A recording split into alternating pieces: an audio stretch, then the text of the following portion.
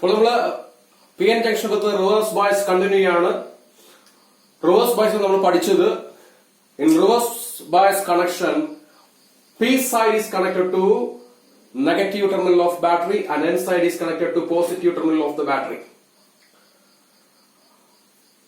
അങ്ങനെയാണെങ്കിൽ holes in this P side is attracted towards this negative terminal and electrons from N side is attracted to this positive terminal. അപ്പോൾ ഇങ്ങനെ ഒരു കണക്ഷനിൽ P സൈഡിലുള്ള holes ഈ ബാറ്ററിയുടെ നെഗറ്റീവ് ടെർമിനലിലേക്ക് അട്രാക്ട് ചെയ്യപ്പെടും. എൻ സൈഡിലുള്ള ഇലക്ട്രോൺ ബാറ്ററിയുടെ പോസിറ്റീവ് ടെർമിനലിലേക്ക് അട്രാക്ട് ചെയ്യപ്പെടും. ഇലക്ട്രോൺ പോസിറ്റീവ് ടെർമിനലിലേക്ക് അട്രാക്ട് ചെയ്യപ്പെടും. ഹോൾസ് ബാറ്ററിയുടെ നെഗറ്റീവ് ടെർമിനലിലേക്ക് അട്രാക്ട് ചെയ്യപ്പെടും.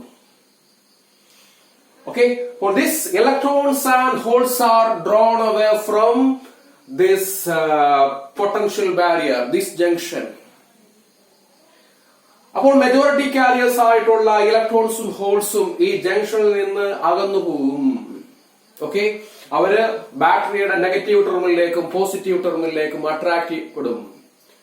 ഈ ഹോൾസ് എല്ലാം ബാറ്ററിയുടെ നെഗറ്റീവ് ടെർമിനലിലേക്ക് അട്രാക്ട് ചെയ്യപ്പെട്ട് ഇങ്ങോട്ട് നീങ്ങും. അതേപോലെ ഇവിടെയുള്ള ഇലക്ട്രോൺസ് ബാറ്ററിയുടെ പോസിറ്റീവ് ടെർമിനലിലേക്ക് അട്രാക്ട് ചെയ്യപ്പെട്ട് ഈ സൈഡിലേക്ക് നീങ്ങും. അപ്പോൾ അവിടെ അവര് ഈ ജംഗ്ഷനിൽ നിന്ന് അകന്നു പോവുകയാണ് ചെയ്യുന്നത്.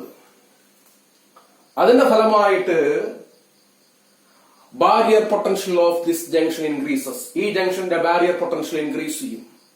അതിന്റെ വിഡ്ത്ത് ഇൻക്രീസ് ചെയ്യും. ഈ പൊട്ടൻഷ്യൽ ബാരിയറിന്റെ വിഡ്ത്ത് ഇൻക്രീസ് ചെയ്യും. ഈ ജംഗ്ഷന്റെ ഈ ഡിപ്ലീഷൻ റീജിയന്റെ അല്ലെങ്കിൽ ഈ സ്പേസ് ചാർജ് റീജിയന്റെ വിഡ്ത്ത് ഇൻക്രീസ് ചെയ്യും.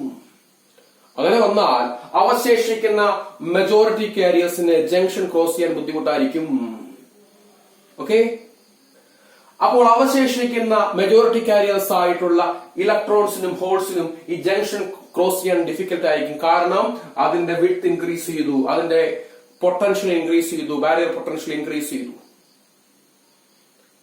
ഓക്കെ, പക്ഷെ നമുക്കറിയാം പി സൈഡിലും എൻ സൈഡിലും മെജോറിറ്റി കാരിയേഴ്സിനോടൊപ്പം തന്നെ few minority carriers also generated. ഈ പി സൈഡിലും എൻ സൈഡിലും മെജോറിറ്റി കാരിയേഴ്സിന്റെ കൂടെ തന്നെ കുറച്ച് മൈനോറിറ്റി കാരിയേഴ്സും ജനറേറ്റ് ചെയ്യും. പി സൈഡിൽ മെജോറിറ്റി കാരിയർ എന്ന് പറയുന്നത് ഹോൾ ആണ്. Okay, in P side majority carrier is hole and in N side majority carrier is electron. അപ്പോൾ പി സൈഡിൽ മെജോറിറ്റി കാരിയർ ഹോൾ ആണ്, എൻ സൈഡിൽ ഇലക്ട്രോൺ ആണ്. പക്ഷെ ഇത് കൂടാതെ കുറച്ച് മൈനോറിറ്റി കാരിയേഴ്സും ജനറേറ്റ് ചെയ്യും. ഈ മൈനോറിറ്റി കാരിയേഴ്സ് ജനറേറ്റ് ചെയ്യുന്നത് തെർമൽ അജിറ്റേഷൻ മൂലമാണ്. ഓക്കെ, തെർമൽ അജിറ്റേഷൻ മൂലമാണ്. ടെമ്പറേച്ചർ ക്രമാതമായിട്ട് ടെമ്പറേച്ചർ ഇൻക്രീസ് ചെയ്യുന്നതിന്റെ ഫലമായിട്ടാണ് ഈ മൈനോറിറ്റി കാരിയേഴ്സ് ജനറേറ്റ് ചെയ്യുന്നത്. അതായത് തെർമൽ അജിറ്റേഷൻ മൂലമാണ് ഈ മൈനോറിറ്റി കാരിയേഴ്സ് ജനറേറ്റ് ചെയ്യുന്നത്. പി സൈഡിലെ മൈനോറിറ്റി കാരിയർ എന്ന് പറഞ്ഞു കഴിഞ്ഞാൽ ഇലക്ട്രോൺ ആണ്. എൻ സൈഡിലെ മൈനോറിറ്റി കാരിയർ എന്ന് പറഞ്ഞാൽ ഹോൾ ആണ്.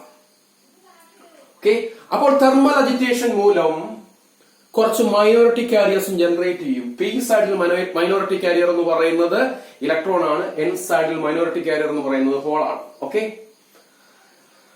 അപ്പോൾ ഈ തെർമൽ അജിറ്റേഷൻ മൂലം ജനറേറ്റ് ചെയ്യുന്ന ഈ മൈനോറിറ്റി കാരിയേഴ്സ് നമ്മൾ അപ്ലൈ ചെയ്ത ഈ ബാറ്ററി വോൾട്ടേജിന്റെ ഹെൽപ്പോടുകൂടി അതിന്റെ സ്വാധീനത്താൽ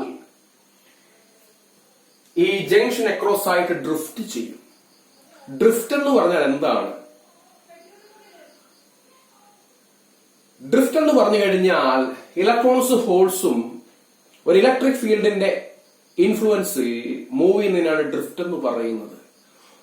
നമ്മൾ കൊടുത്ത ബാറ്ററി വോൾട്ടേജിന്റെ സ്വാധീനത്താൽ ഇലക്ട്രോൺസും ഹോൾസും മൂവ് ചെയ്യുന്നതിനാണ് ഡ്രിഫ്റ്റ് എന്ന് പറയുന്നത്. അപ്പോൾ നമ്മൾ കൊടുത്ത ഈ ബാറ്ററി വോൾട്ടേജിന്റെ സ്വാധീനത്താൽ മൈനോറിറ്റി കാരിയേഴ്സ് ആയിട്ടുള്ള ഇലക്ട്രോണും ഹോളും ഈ ജംഗ്ഷൻ അക്രോസ് ആയിട്ട് ഡ്രിഫ്റ്റ് ചെയ്യും, ജംഗ്ഷൻ ക്രോസ് ചെയ്യും. ഓക്കെ, ജംഗ്ഷൻ ക്രോസ് ചെയ്യും. Rate of generation of minority carrier depends on temperature. ഈ മൈനോറിറ്റി കാരിയറിന്റെ ജനറേഷൻ എന്ന് പറഞ്ഞാൽ ടെമ്പറേച്ചറിനെ ആശ്രയിച്ചിരിക്കും. ഓക്കെ, ടെമ്പറേച്ചർ കോൺസ്റ്റന്റ് ആണെങ്കിൽ ഈ മൈനോറിറ്റി കാരിയറിന്റെ ജനറേഷൻ കോൺസ്റ്റന്റ് ആയിരിക്കും. മൈനോറിറ്റി കാരിയേഴ്സ് ജനറേറ്റ് ചെയ്യുന്നതും കോൺസ്റ്റന്റ് ആയിരിക്കും. അപ്പോൾ ഈ മൈനോറിറ്റി കാരിയേഴ്സിന്റെ ജനറേഷൻ ടെമ്പറേച്ചറിനെ ഡിപ്പെൻഡ് ചെയ്തിരിക്കും. ടെമ്പറേച്ചർ കോൺസ്റ്റന്റ് ആണെങ്കിൽ മൈനോറിറ്റി കാരിയറിന്റെ ജനറേഷനും അതുണ്ടാകുന്നതും കോൺസ്റ്റന്റ് ആയിരിക്കും. So generation of this minority carriers is depends on temperature. ടെമ്പറേച്ചറിനെ ആശ്രയിച്ചിരിക്കും മൈനോറിറ്റി കാരിയേഴ്സിന്റെ ജനറേഷൻ. മൈനോറിറ്റി കാരിയേഴ്സിന്റെ ജനറേഷൻ ടെമ്പറേച്ചറിനെ ഡിപ്പെൻഡ് ചെയ്തിരിക്കും. ടെമ്പറേച്ചർ കോൺസ്റ്റന്റ് ആണെങ്കിൽ മൈനോറിറ്റി കാരിയറിന്റെ ജനറേഷനും എന്തായിരിക്കും? കോൺസ്റ്റന്റ് ആയിരിക്കും.